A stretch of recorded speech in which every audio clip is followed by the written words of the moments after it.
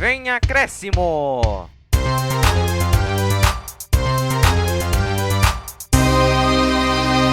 Fala pessoal, tudo bem? Começando aqui mais um podcast Vem Acréscimo. Já passou aqui a apresentação, você já sabe do que a gente trata, o melhor do futebol paulista. E agora eu vou passar o resumo. Começando aqui pelo São Paulo, né? Que perdeu e com polêmica no Campeonato Paulista. Depois a gente passa pro Santos, que voltou a ganhar e está focado na Libertadores. Chega no Palmeiras, que tá jogando com o time B, C e ainda ganha no Paulista também. E aí a gente depois passa pro Corinthians, que também jogou esse último fim de semana e está focado na Copa do Brasil.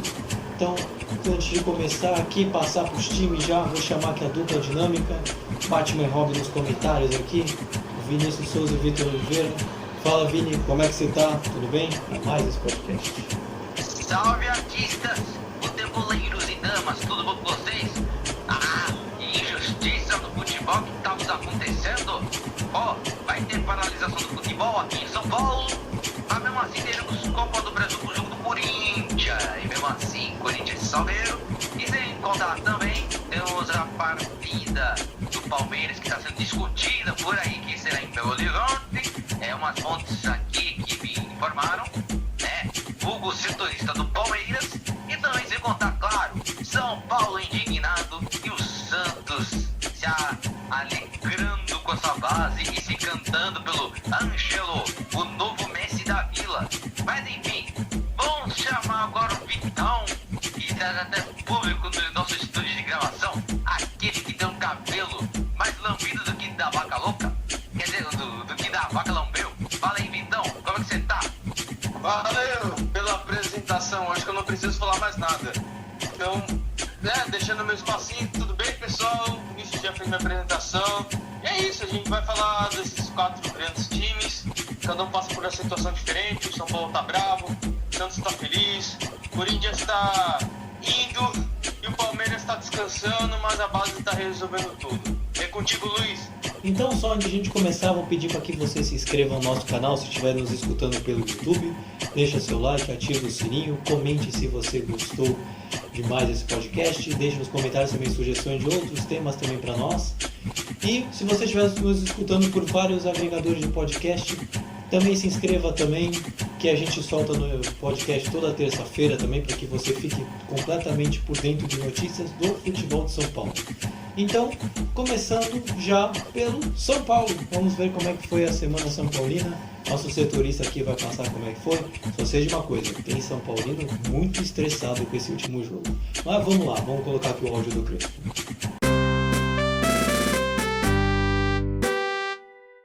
Evolución, pero en todo crecimiento hay obstáculos, hay momentos, el crecimiento no es siempre así. Hay momentos difíciles. Creo que hoy, en ese sentido, fue un obstáculo que no solamente desde el juego, que fue un poco lento y un poquito impreciso, también, bueno, está el componente arbitral, que también es parte de un obstáculo, ¿no? Pero bueno, entendemos que si uno busca una identidad y una idea, no es así lineal, no es normal, sino que va a tener momentos difíciles y bueno, hoy es uno de ellos. Então, começando aqui pelo jogo do São Paulo, não vamos entrar no mérito da polêmica ainda, porque eu sei que o bagulho é pesado, mas Vitor, você, nosso setorista do São Paulo, como é que foi o jogo contra o Novo Horizontino, o único jogo que o São Paulo fez durante essa última semana?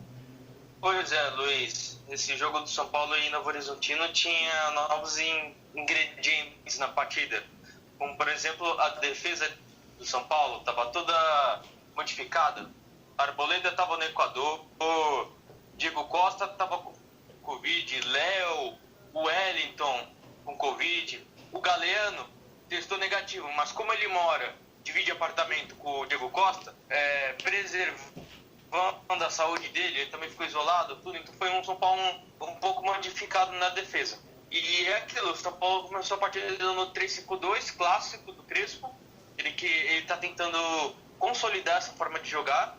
E falando do primeiro tempo, o São Paulo foi, no geral, no primeiro tempo, ele foi muito apático. porque ficou na defesa Bruno Alves, Luan e o jovem Rodrigo Freitas. E o que ficou muito marcado é nessa saída de bola do Luan, que foi muito demorada, foi muito lenta. A questão da transição defesa para o ataque. E o São Paulo foi muito apático na maioria das jogadas. E o Novo Horizontino conseguia marcar bem o São Paulo. Tanto que o São Paulo tinha chances, só que não conseguia finalizar e fez o primeiro gol, Cláudio Silva. E teve polêmica também nesse gol, porque estava na dúvida da posição do jogador, se a bola veio do atacante do Novo Horizontino ou se foi do Bruno Alves. No final deu o gol pro Novo Horizontino e esse gol, com esse gol terminou o primeiro tempo da partida.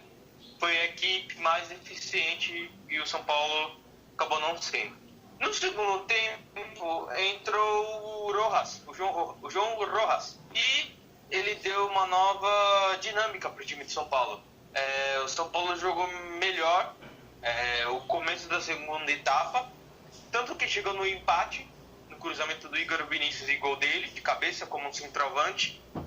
E o torcedor São Paulino, no momento que o São Paulo estava dando aquela pressão, e no momento que saiu o gol, imaginou-se que o São Paulo fosse virar para a partida.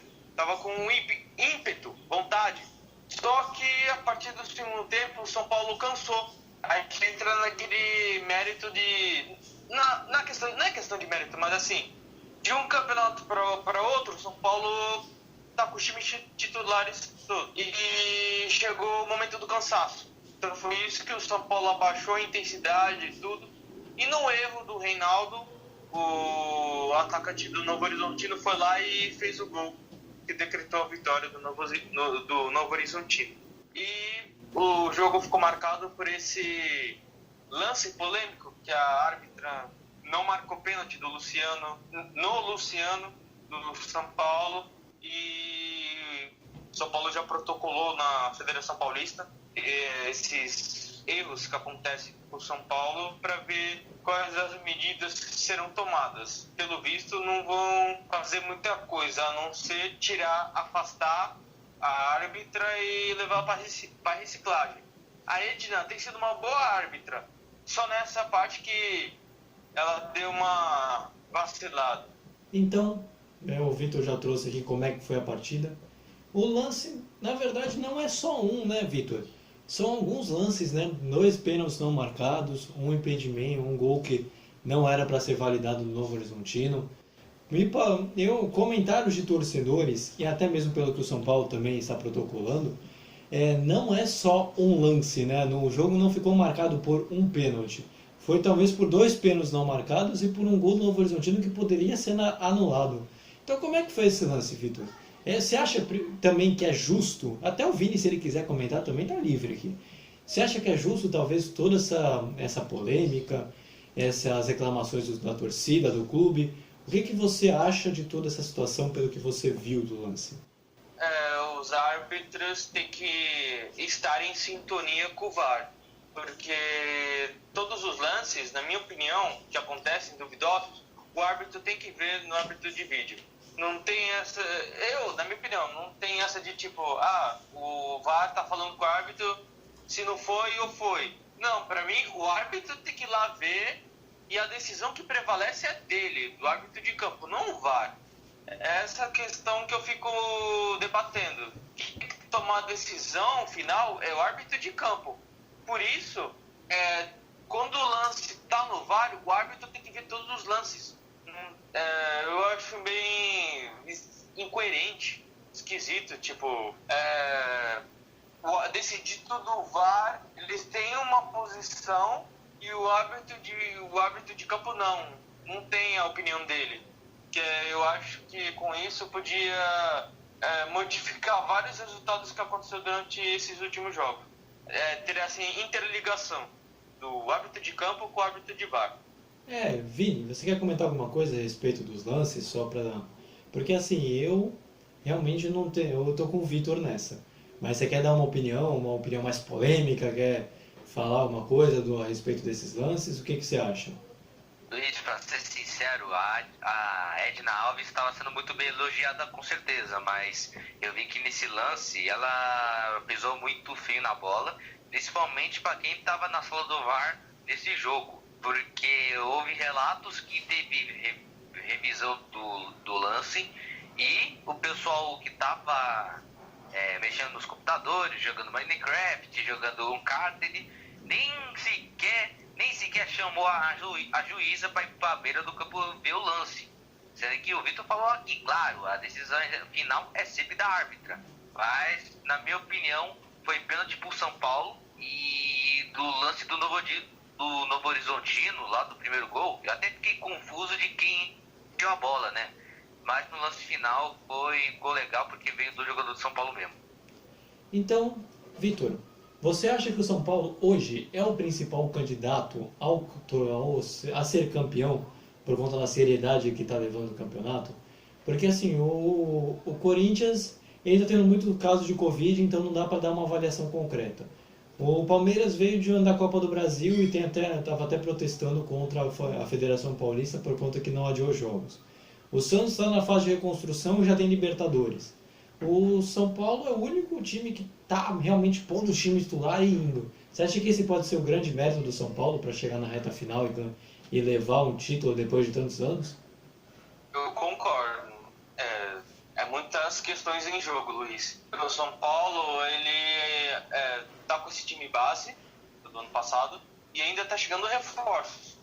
E se você olhar o calendário, o Corinthians tem a Copa do Brasil essa semana, o Salgueiro. O Palmeiras está descansando, o time titular. E ainda tem o jogo o 11 de abril contra o Libertadores. Ou seja, todos esses times têm compromissos. E o São Paulo, não, por enquanto. Ele só está esperando o sorteio da chave de grupos da Libertadores. A fase de grupos da Libertadores. No final de abril. Então eu creio que o São Paulo, com esse ímpeto, se continuar assim, ele pode aproveitar que o Palmeiras está com o time reserva tudo, não fez tantos pontos e o São Paulo está à frente, assim, em questão de pontos. O São Paulo pode disparar e deixar o seu rival para trás, que isso pode fazer muita diferença no final. E na questão dos pênaltis, na outra pergunta, eu creio que mais esse último pênalti no Luciano é que foi mais duvidoso, teve mais polêmica do que os outros. Então, agora a gente vai finalizando essa parte do São Paulo, a gente vai chegar já nos próximos jogos. Tô lembrando que isso é somente uma suposição, esse podcast saiu terça-feira, a gente grava no domingo. Então talvez vá ter jogo ou também não, né? Hoje o que a gente sabe no domingo é que já está marcado para sábado o confronto, o clássico contra o Palmeiras. E aí, Vitor, o que você espera desse jogo que pode ser bem encardido? Porque eu vou deixar você comentar porque você é o setorista dos dois, né? Então comente mais pro lado do São Paulo. Se esse jogo acontecer, o que o São Paulo pode pegar para tentar fazer para ganhar o jogo? Então, mais um grande teste do São Paulo, porque a gente sempre avalia o time grande no Paulista ganhando os clássicos. São Paulo empatou a primeira, ganhou a segunda com times teoricamente menores. Aí surgiu aquela dúvida, e contra o Santos, como é que vai se sair? Vai ser que nem a mesma coisa? Não, São Paulo fez um bom jogo, ganhou de goleada e agora acabou perdendo tudo. Mas para o São Paulo ganhar essa partida contra o Palmeiras, São Paulo vai aproveitar essa semana que não tem futebol e vai treinar. O Palmeiras ele ainda tem jogo quarta-feira, se tiver jogo, vai ter esse jogo de Palmeiras e São Bento, lá em Minas, pelo que estão falando, e vai ter sábado contra o São Paulo. Então, e também pode ficar equilibrado, porque o time titular do Palmeiras ele pode voltar dia 19 ou dia 20, por aí. Então é bem capaz do São Paulo pegar o Palmeiras titular descansado no dia 20. Então vai ser um jogo bem difícil. Então a gente finaliza aqui a parte do São Paulo e agora a gente vai falar do Santos, que também tem compromisso pela Libertadores e foi o time goleado pelo São Paulo. No. nosotros estamos entrenando con muchos jugadores y han tenido hoy la oportunidad de jugar algunos de ellos, otros quedaron en la banca y otros jugaron ayer, hicieron fútbol una hora, y yo estuve observando toda la práctica y Arthur estaba dentro de esos jugadores y en la medida que los jugadores que hoy no fueron citados o en los partidos anteriores vayan demostrando cada vez mayor rendimiento, seguramente vamos a ir alternando, no solamente por eso, sino como te dije anteriormente, por la cantidad de jogos que tenemos de frente. E agora a gente já pegou o áudio de outro técnico estrangeiro também, do Ariel Roland, que também está aprendendo português e foi tentando mesclar um portunhol da vida. A gente vai falar, eu vou comentar aqui com o Vini como é que foi a Semana Santista, em que a gente teve o jogo da Libertadores e também no Campeonato Paulista. E aí, Vini, como é que foi esses dois jogos aí? Como é que foi a Semana do Santos? Dois jogos mais duros do que salame de colônia. Eita, meu! Semana de Libertadores e também de Paulistão e de um impossível que aconteceu, meu compadre. O Santos venceu o Lara e venceu o Ituano, olha só quem diria. Gente, o Santos venceu o Ituano, que inacreditável, meu compadre. Mas enfim, bom, vamos começar falando do Deportivo Lara. Bom, o Santos jogou na Vila nos dois jogos. Um valendo a Libertadores, que é o primeiro jogo da pré-Libertadores, contra o Deportivo Lara. E no sábado pegou o Ituano pelo Paulistão. E foi contra o Deportivo Lara que o Ariel Roland conquistou a sua primeira vitória no cargo santista. Bom, primeiro tempo suado, truncado, com chances para cada lado, mas nenhuma foi eficaz. Aí, quando chegou o segundo tempo, o Santos abriu o placar com o Baladeiro. Meu xará Baladeiro, de 21 anos, quem diria, Vinícius Balieiro abriu o placar. Aí, numa falha da defesa do Santos, logo em sequência, o Deportivo Lara empatou com Inácio Anzola. Só que esse resultado não estava sendo ruim para o time do Santos, porque o empate fora de casa daria vaga para o Deportivo Lara. Mesmo se fizesse 0-0, aí a vaga seria do Lara. Agora, se fosse 1-1, teria pênalti. É assim que vale a regra da Liberta. O Santos nem aí com essa parada de regra. O Santos fez um gol de escanteio. Quem diria, tomou um gol de escanteio, mas fez um gol de escanteio com um moleque que fez história. Tem 17 anos, um mês a menos do que o último recordista do Santos, que é o Kaique. Kaique, que se pronuncia com K. K-A-I-K-Y. Olha o nome do cara, Kaique. Maravilhoso. Ele se tornou o jogador mais jovem a fazer gol na Libertadores, o jogador brasileiro a fazer gol em Libertadores. Com isso, Santos leva uma vantagem enorme, considerável, sobe na nave, na maciota, para Venezuela, lá no Estádio Metropolitano de Lara. Estádio Metropolitano de Lara. Agora, se a gente fala contra o Ituano, todo mundo tá ligado que o Santos está tendo um tabuzinho que não consegue ganhar do Ituano. Já faz umas partidas que não vence, só empatou. Faz mais 6 partidas que não vence o Ituano, seja dentro ou fora de casa. O Santos tá em crise contra o Ituano. Parece que aquele fantasma de 2014 não passou, hein? Mas enfim, esse fantasma acabou. No fim de semana, o Santos recebeu o Ituano e logo no primeiro tempo, o Santos abriu o placar no escanteio cobrado por Arthur Gomes e no desvio de Lucas Braga, no contrapé do goleiro renascentista, que não lembro mais o nome do maluco. Mas o Ituano empatou a partida numa jogadaça que terminou num belo gol de Branquinho. O nome do cara é Branquinho, sendo que o cara é moreno. Eis a diferença. Pois bem, piadas à parte, o nome do cara é Branquinho e ele fez um gol do Ituano, empate às brancas. Oxi, piada ruim. Aí, o Santos voltou a ficar na frente ainda no primeiro tempo com Vinícius Balieiro. Nossa, o cara tá artilheiro hoje, hein? Baladeiro tá em boa fase, hein? Tá me representando, Baladeiro, hein? Continuando. Vinícius Balieiro fez o segundo gol do Santos. O Santos no segundo tempo administrou. o resultado, o Ituano nem sequer ameaçou o Santos no segundo tempo. O Santos também teve chance de matar o jogo, mas não foi tão eficaz. E a alegria dos santistas também vai para o Ângelo, que das tantas vezes que jogou, todo mundo tá falando assim, nossa, Ângelo, com 15 anos, 16, nossa, o cara completando ensino médio. Nem completou os ensino médio, mas já tá sendo elogiado até pro mundo afora. O moleque tá jogando bem, com dribles desconcertantes e até passes incontestáveis. E todo mundo já fica falando, nossa, é o Ângelo, é o Ângelo. Se ele sair do Santos, os caras podem virar o Vinícius Júnior. Nunca saberemos, só o tempo que dirá. Contigo, Luiz! Passado todo esse resumo, o Vini trouxe um resumo dos dois jogos, como é que foi. Mas, Vini, a grande pergunta do Santista que está pensando é, ele vai passar na Libertadores? Será? Eu, sinceramente, eu acho que esse time do Deportivo Lara, com todo respeito, é muito ruim. Sério, você vê o jogo contra o Santos, é muito erro bobo de passe. Jogadas que não saem muito bem trabalhada, essas coisas. Tudo bem que a situação também do país também não contribui, né? A Venezuela, coitado, também está numa fase. Mas você acha que o Santos tem chance de passar de fase, mesmo fora de casa, com uma vantagem mínima, né? Porque o Deportivo Lara, se ganhar de 1-0, passa. Mas o Santos também tem a vantagem de empate, né? 1-1 dá Santos, qualquer empate dá Santos.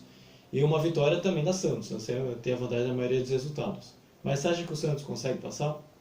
Consegue passar, até porque o retrospecto contra times venezuelanos também pesam, porque os brasileiros sempre quando jogam contra um time venezuelano vence por mais de 2 gols de diferença até. E uma das coisas que também me surpreendeu é do Santos ter tomado o gol do Deportivo Lara também. Cara, eu fiquei surpreso quando o Santos tomou um gol do Deportivo Lara.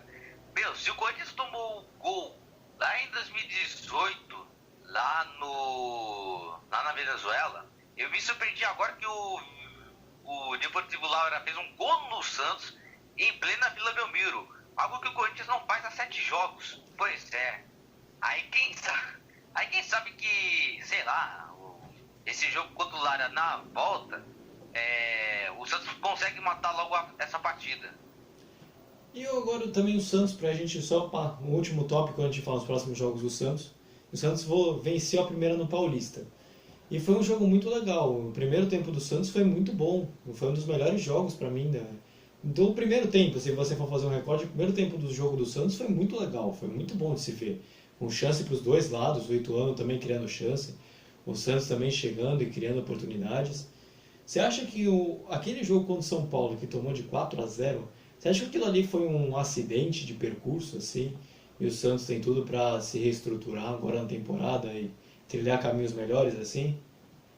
É que nesse dia do 4-0 pro São Paulo foi a estreia do Holan. E o Holan só tava dando conhecimento da equipe só naquele dia. Porque ultimamente ele só tava assistindo o jogo por arquibancada. Ele não tava orientando, ele não tava no campo, ele assistia tudo por arquibancada. É claro que uma goleada em clássico também mexe com o emocional da rapaziada que tá vindo por aí no Santos. Mas eles já vão sentir um peso de como é que é jogar um clássico. E o Holan é a mesma coisa, ele vai também estar sentindo o peso de como é que é treinar um clube brasileiro, ainda mais da história do Santos. E agora passando para os próximos jogos do Santos. O Santos tem terça-feira contra o Deportivo Lara, esperado. E depois a gente vai ter que ver contra a Ponte Preta se é que vai ter o jogo no sábado, que aí a gente não sei, provavelmente se tiver vai ser um mando neutro, né, entre aspas, né, porque o mando era para ser na Ponte Preta, só que vai acabar sendo campo neutro porque não vai ser no estado de São Paulo se acontecer a partida. Mas Vini, como o Vitor vai acabar comentando sobre os jogos São Paulo e Palmeiras pro teu clássico, o Santos vai jogar com o Deportivo Lara lá, você já comentou, e agora contra a Ponte Preta. O que dá para esperar que você vai comentar semana que vem aqui no podcast? Você acha que pode ser uma semana positiva para o Santos? Tem tudo para ser positiva, porque até o próximo podcast eu vou estar comemorando a classificação do Santos da próxima fase, que eventualmente pode pegar o São Lourenço ou algum outro adversário que eu nem estou mais nem me lembrando. e que o Santos vai fazer um jogo difícil contra a Ponte Preta. Aquilo, a Ponte Preta não tem mais aquele elenco que assustava todos, entendeu? A Ponte Preta está convivendo com a segunda divisão e com mais dívidas, mas o jogo contra a Ponte Preta será um jogo difícil. Sempre foi um jogo de... O Santos sempre apresentou dificuldades em enfrentar a Ponte Preta, tanto fora quanto dentro de casa, inclusive. Mas até lá é semana positiva para o time santista, a não ser que mais alguém pegue coronavírus e queime minha língua. Falar em coronavírus, teve até a situação do Gabriel, mas isso também é um outro papo com outro boteco também. E aí agora a gente vai falar agora do Palmeiras, ver como é que foi a semana palmeirense. E aí agora a gente não vai ter mais áudio também, agora em espanhol, agora em português mesmo, só que de Portugal.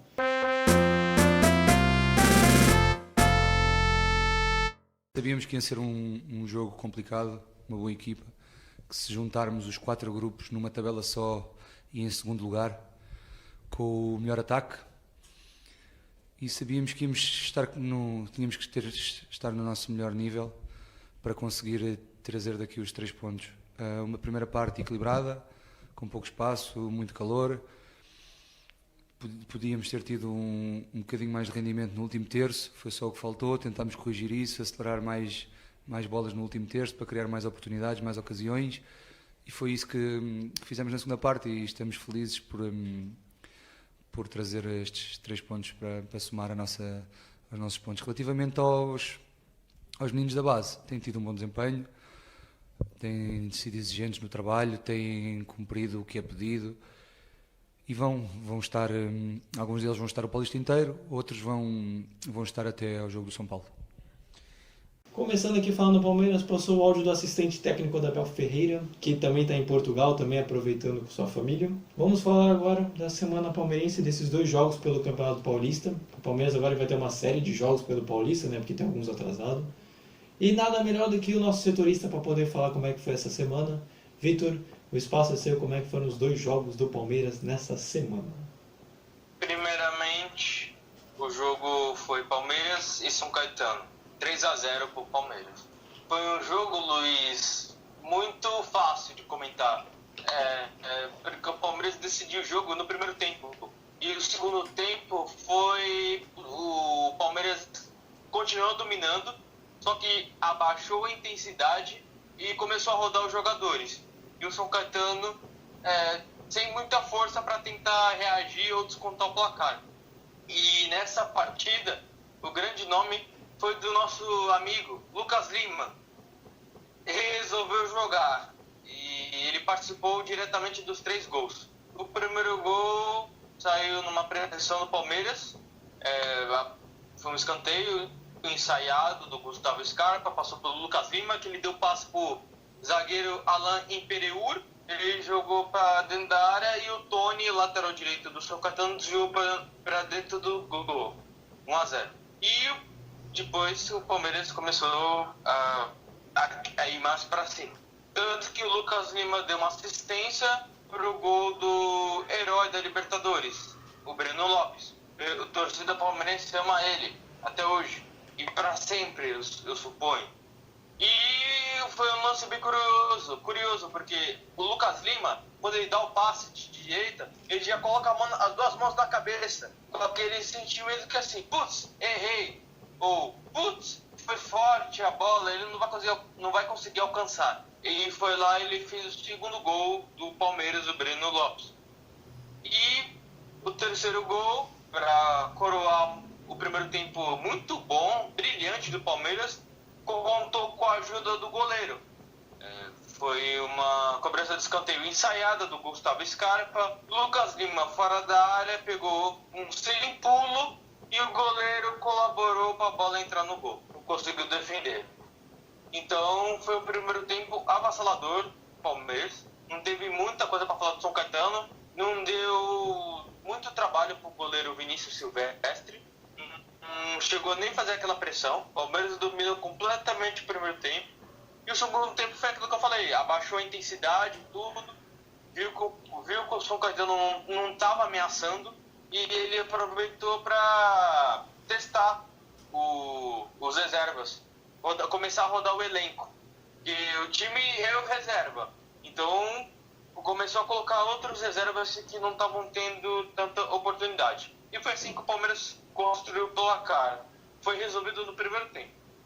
E depois agora teve o jogo contra a Ferroviária, né? Agora, nesse último domingo, que ganhou por 2-0, né?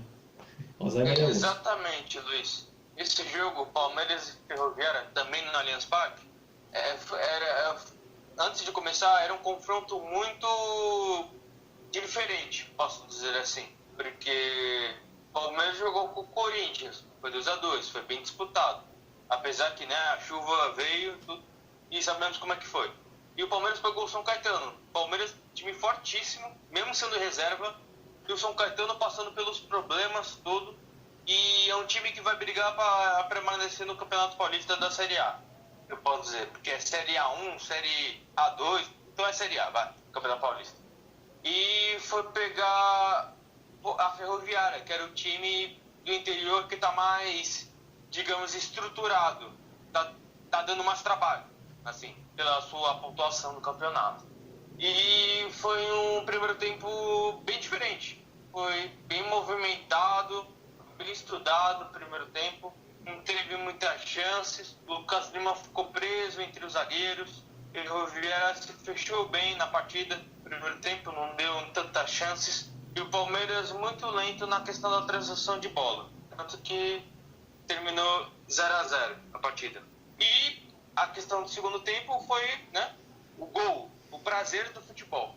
E aos 10 minutos, na cobrança de escanteio, se não me engano, aí o Danilo, volante palmeirense, um dos 3 porquinhos, foi lá e fez o gol de cabeça. 1-0. O Palmeiras estava mais com ímpeto na partida.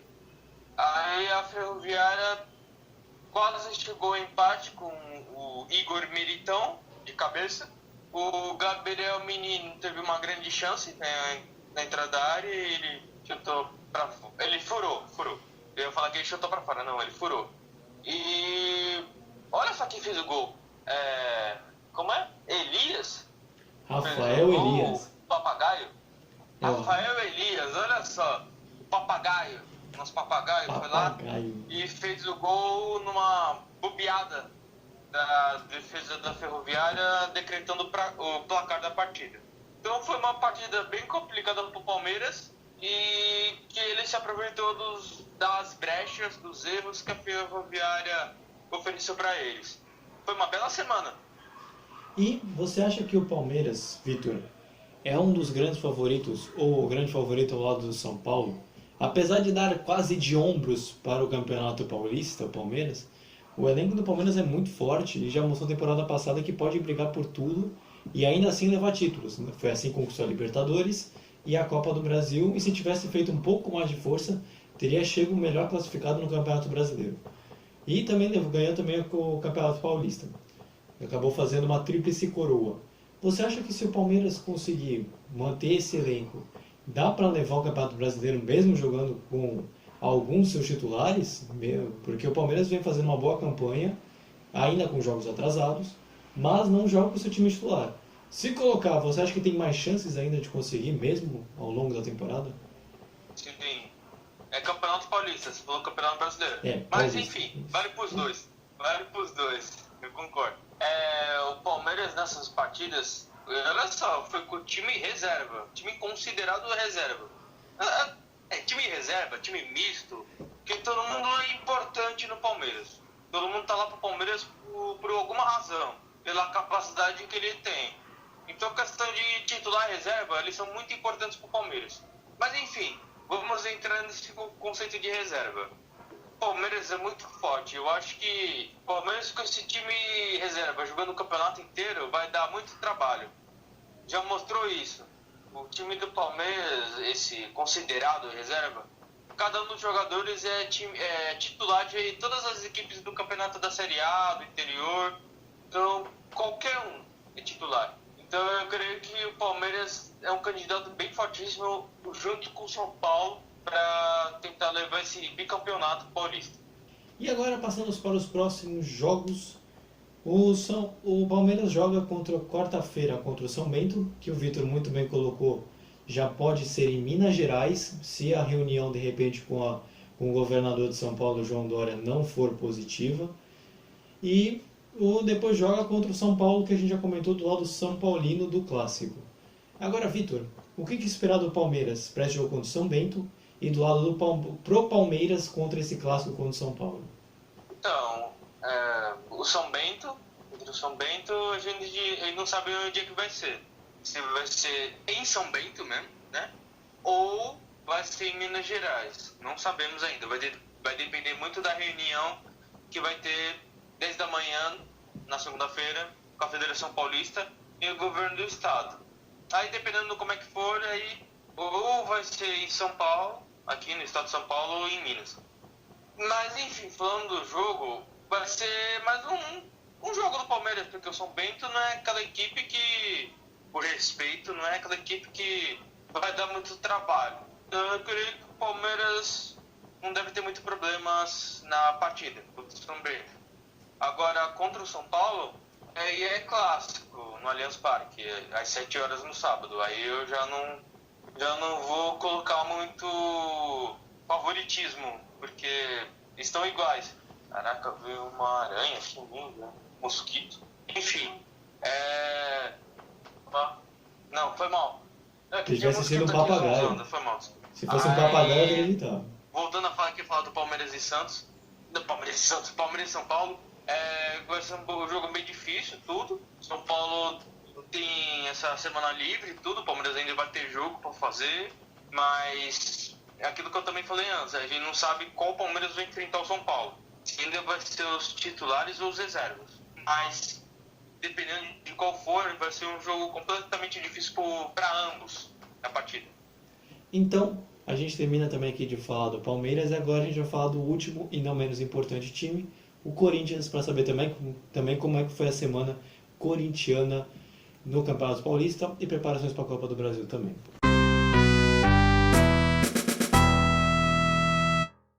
Não tenha dúvida que todo jogo te mostra alguma coisa, né? De todo jogo, mesmo quando você vence, e não é porque você venceu que nós não vamos enxergar aquilo que aconteceu na partida. Eu acho muito importante até falar sobre o jogo. O jogo foi extremamente difícil, porque nós encontramos um time voluntarioso do outro lado. O Corinthians teve que competir bastante na partida e fez isso muito bem.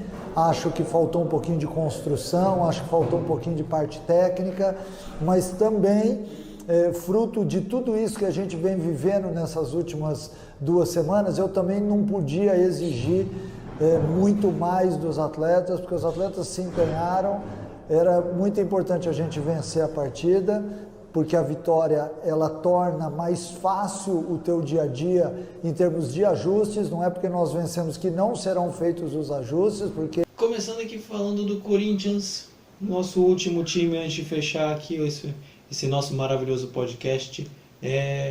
O Corinthians só teve um jogo durante a semana, foi contra o São Caetano, que foi nesse último fim de semana, no domingo. E Vini, como é que foi o resumo do jogo? E também depois, parece que o Corinthians vai se preparar para a Copa do Brasil, mas como é que foi esse jogo contra o São Caetano? Brilha, brilha, estrelinha, vou dormir no jogo do Timão. Em resumo, jogo ruim, gol do Bruno Mendes, numa cobrança de escanteio. Meu irmãozinho, gramado ruim, sem torcida e nada que nos deixe de cabelo em pé. Nada aconteceu. Corinthians 6-1-0, segurou o resultado. São Caetano se complica na tabela e o Corinthians engata sua segunda vitória seguida. Agora, com esse resumo rapidíssimo, eu não esperava que fosse tão rápido assim. Você falou que não tinha tanta coisa, eu só não esperava que fosse tão pouco. O Corinthians agora se prepara para a Copa do Brasil contra o Salgueiro. Já a Copa do Brasil já está provando que tem algumas histórias bem peculiares, né? O do Bahia, que fez 7, que muita gente está acusando talvez possa ter manipulação de resultado. O Sport, que entrou na justiça contra o Juazeiro por causa de todo aquele drama, por causa de toda aquela situação. O Goiás eliminado. O Corinthians precisa abrir o olho contra o Salgueiro também para não ser eliminado e virar meme nas redes sociais? Tem que abrir o olho porque em dia de açúcar existe o Salgueiro. Porque o Corinthians vai enfrentar o time do Pernambuco, que ultimamente tem montado o seu time, tem sido destaque do campeonato pernambucano. E como o Corinthians passa num momento de reformulação de elenco, então é uma atenção redobrada, ainda mais de um time que está se recuperando da Covid, que tem uns jogadores que estão se recuperando do vírus. Ultimamente o Corinthians tem passado até por testes. Tem colocado os meninos da base, como o Antony, o Varanda está sendo titular em vários jogos. Até no jogo contra a Ponte Preta, o Adson foi lançado para estrear, o Antony, se eu não me engano, que eu já disse. E também sem contar João Vitor e Gabriel Pereira, que são alguns dos jogadores que passaram por algum desses testes. Aí, nesse último jogo do São Caetano, também marcou a volta do Cássio e do Wagner, a volta do time titular, depois de se recuperarem da Covid. Sem contar também que ainda tem mais alguns atletas que se recuperaram, mas que ainda vão passar por um processo de condicionamento físico. Então, o Corinthians vai enfrentar o Salgueiro, além dessa atenção redobrada por causa da possível zebra e também com desfalques, o Corinthians tem que acertar logo os seus esquemas, tem que acertar também a finalização e qualidade técnica, porque o jogo contra o São Caetano foi ruim, e se continuar com esse jogo ruim numa Copa do Brasil e contra o Salgueiro numa primeira fase, pode cair bem na estreia e ainda ser motivo de piada em 2021. E você também falou, Vini, falando agora do Campeonato Paulista, que o Corinthians também já faz algum tempo que não vem jogando futebol muito legal. Esse jogo contra o São Caetano foi um exemplo, e volta e meia quando eu peço pra você falar, fale como é que foi o jogo do Corinthians, você fala, foi um jogo ruim, foi um jogo que não teve nada, foi um jogo muito travado, e ainda assim ele consegue ser líder do seu grupo. Você acha que o Corinthians está jogando somente pelo resultado, e pelo resultado vai jogar por um bom tempo nessa temporada? Porque se você for pegar os números do Corinthians até que não são ruins. Números, estatísticas, até que não são ruins. Inclusive até a pontuação que é líder. Mas o futebol apresentado vem sendo bem abaixo. Você acha que o Corinthians pode melhorar daqui para frente, ou você acha que esse vai ser a métrica do Corinthians, do sofrimento corintiano para 21 e possivelmente 21, 22?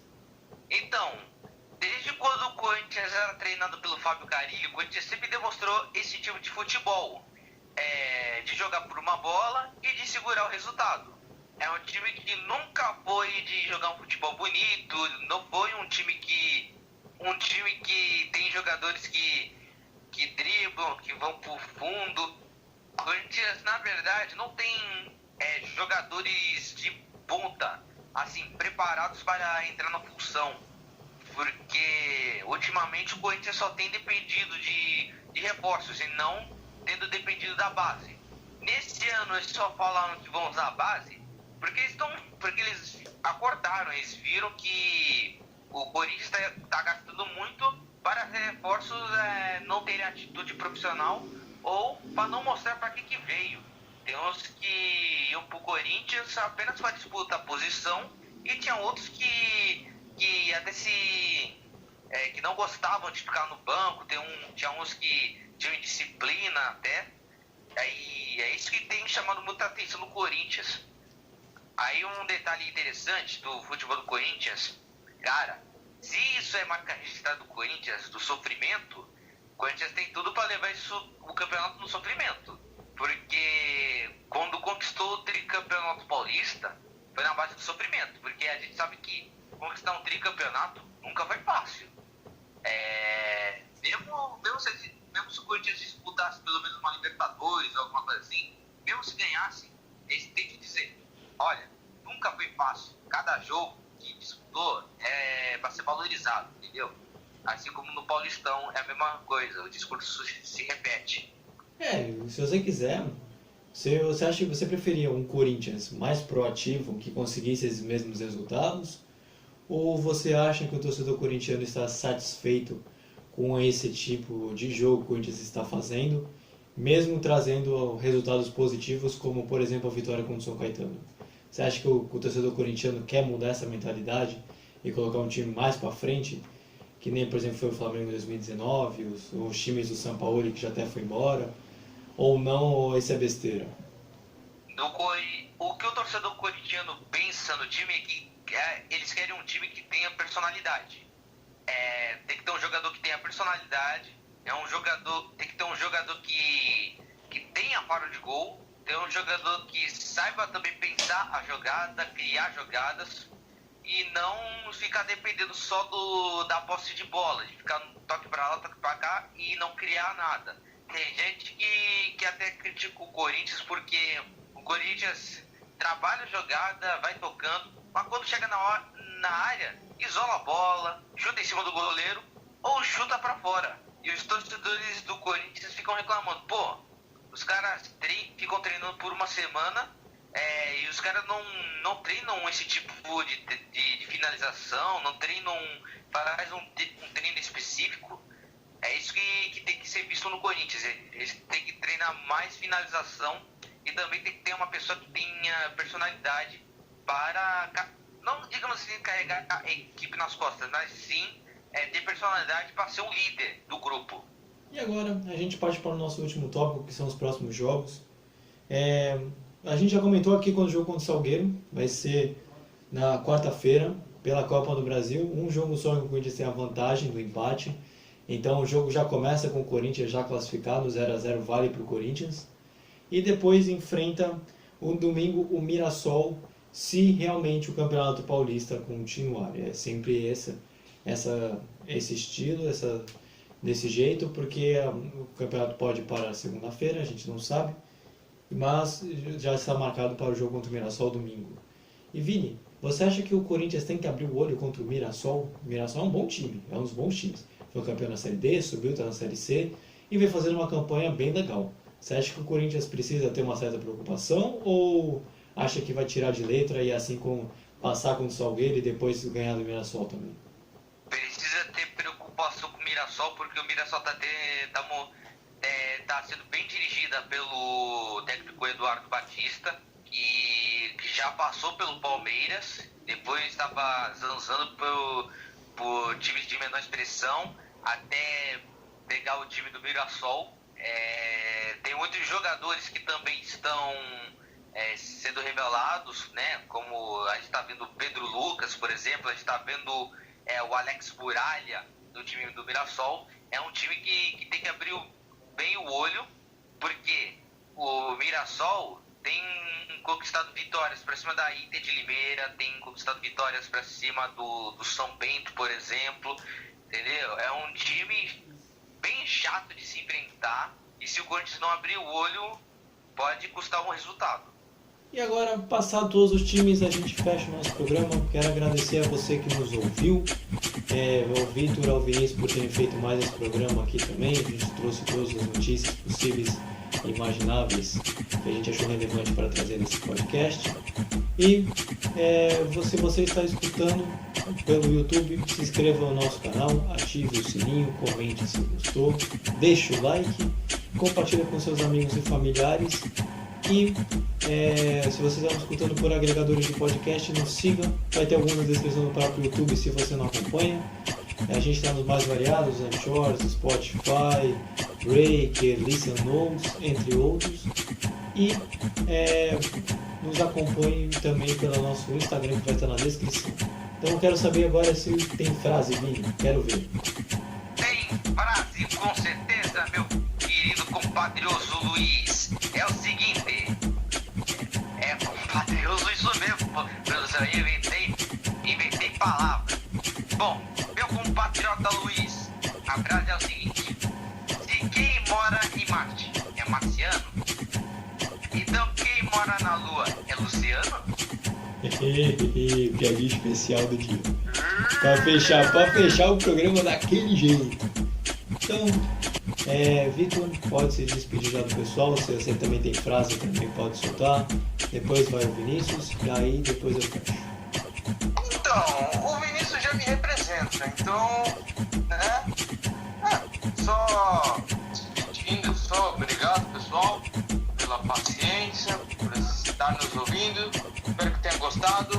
uma boa semana, uma boa noite. Porque a gente tá gravando à noite, foi mal, até falei boa noite. Mas, educação, cordialmente. Até, valeu. Não, você tá certo. Cordialidade em primeiro lugar. Vini também pode se despedir também, e se você quiser você pode já comentar alguma coisa, aí depois eu fecho essa balança. Meus queridos, minhas queridas, vamos encerrando mais um podcast mais curto do que meu cadastro.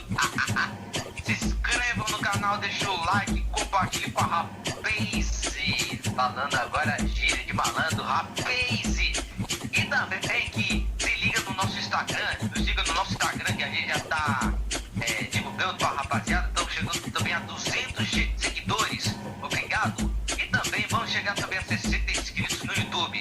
Compartilhe com a rapaziada que vem acréscimo do futebol paulista. Valeu, pessoal! Então valeu pessoal, vamos ficando por aqui.